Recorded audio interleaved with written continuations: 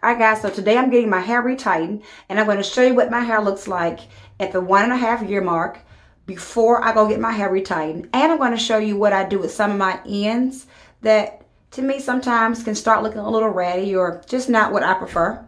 So let's start with the hair. So this is the front of my hair. And my hair tends to fill in quite nicely over the course of the weeks to the point of where you don't really see my scalp. However, one problem with having fine hair is sometimes you have to kind of run your fingers through because the hair is kind of frizz and that can cause them to kind of lock together. So you have to be very mindful, especially if you have fine hair, to take your fingers through your hair. So this is my hair from the side. And if I just go in, these are what my roots are looking like.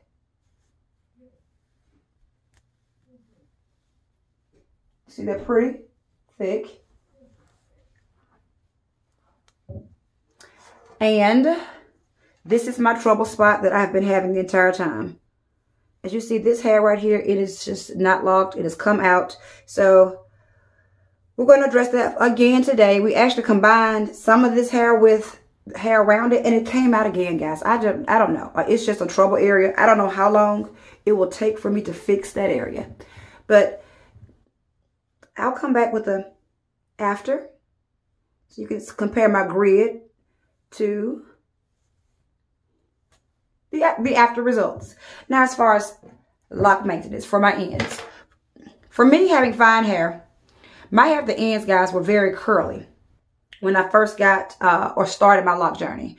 And I'll try to find a video or a picture, it's probably better, and post it so you can see what that looks like.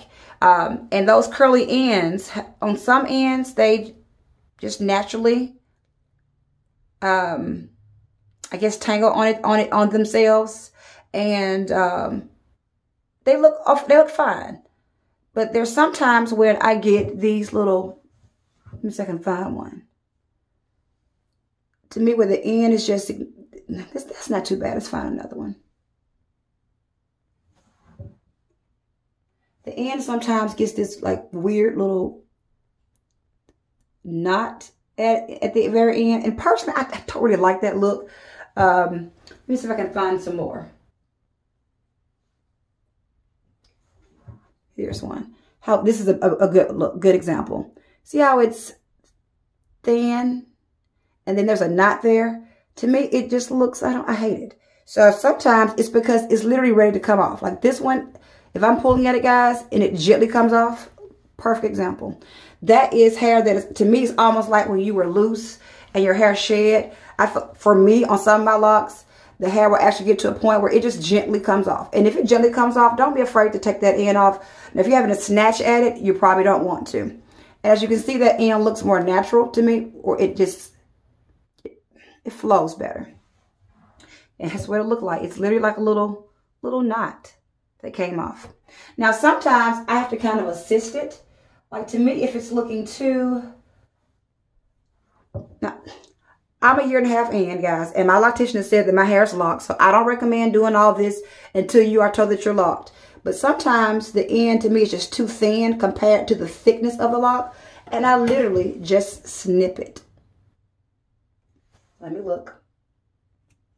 And as you can see, that now looks so much more uniform. I mean, so I say once you get the official thumbs up that your hair is locked and it's not going to unravel, sometimes go through your ends and clean them up. Now, let me show you another method where if you get a ball, you don't want to cut it off, but it looks to be like a little small bud that's not flowing naturally. You can kind of like comb it out. And what I use is an edge brush and the very end of a rat tail comb. Let me find one that could use a little love. So here's one right here. If you notice, at the very end, there's this little look right here. Some people may like it, some may not. I don't personally like it when it has like that little small I don't know, little bulb at the end. I don't know what to call it, guys. But what I'll do is, sometimes I leave it alone, and sometimes I literally just take the rat tail comb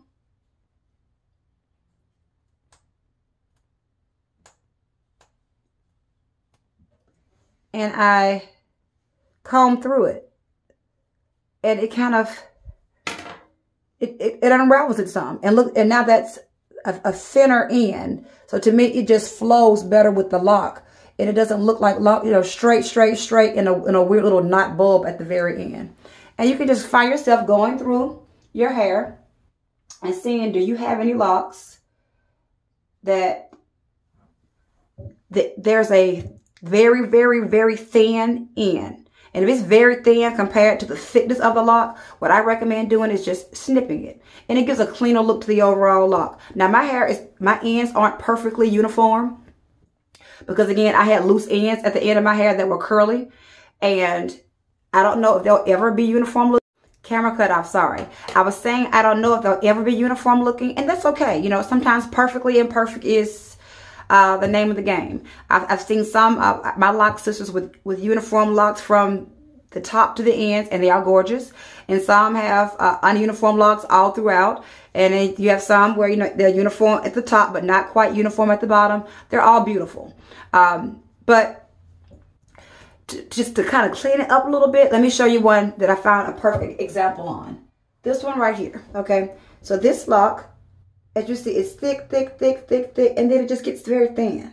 And I don't always notice them, but to me, like, that little end serves no purpose. It's kind of like when you were relaxed and you had, you know, your thick hair, or your whatever your thickness of your hair is, and then your ends were very thin.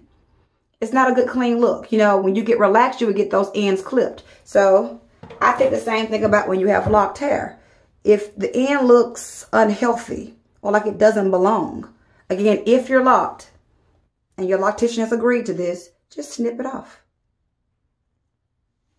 And now, and that little thin end doesn't add to the length to me, as far as it doesn't look better. You know, it doesn't add to the overall look of the length. It's just a weak looking end. And now that lock, actually, I actually could take off a little midget more. Let me get it. Okay.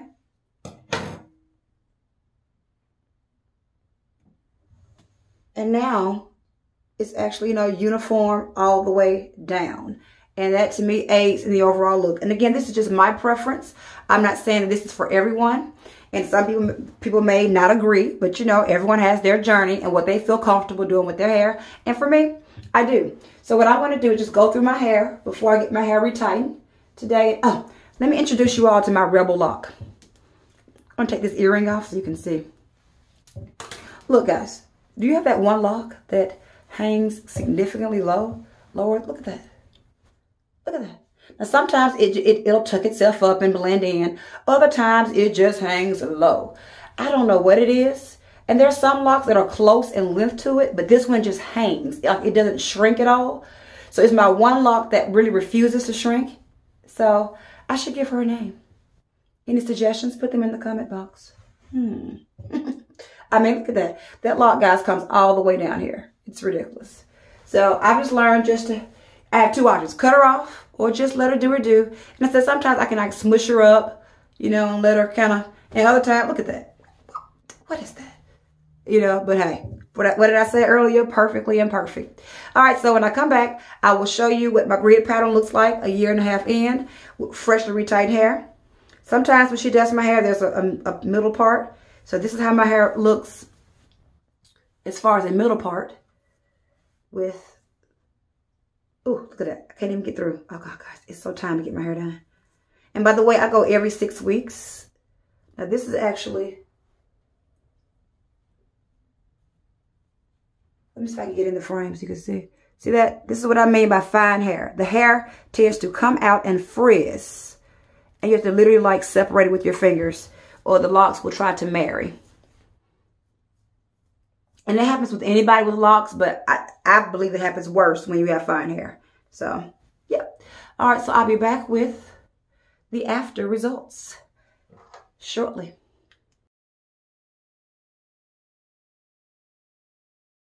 All right, I'm back. It's actually being honest and transparent. It's day 2. I was tired yesterday when I got home, okay? So I didn't film, but here are the results of my hair after the retightening. As you can see, my grid pattern is back intact. As you can see, when I part, there's a clean line. And getting closer up, earlier you saw that there was all sort of fuzz and new growth here, but now you can actually see my parting. And let me show you the whole view. Now showing you actually the difference in my parting. As you can see now, it is actually clean. It's not as much new growth. All that thickness has been tamed down. These are my locks from the bottom. And it's actually, guys, getting like thickness to the hair. So I noticed that I need certain hair ties because the girth of the hair is a lot thicker now. Now let's talk about that trouble area. Remember that little fuzzy spot right here? We've done something interesting. Let me give you a little background history of this trouble area. It started off doing just fine in the earlier stages. For some reason, the last few months, it actually has regressed. And whereas it was holding, it started slipping and it won't stop slipping, okay? Out it goes. We have redone it several times. We've tried coming more frequently. We have tried putting thread, sew thread into the lock. That held for a while, but eventually came out. We tried combining that hair with some of the locks last time, and they still wiggled their little way out of the combined locks. It's like, oh my God, what can we do now? So she's got creative, and we actually added weave to these 2 locks. Who would have thought, okay? So let me show you. These 2 pieces, let me get my face out the frame and show you the hair. These are weave, guys. Can you believe it? It actually blends in with my hair very well.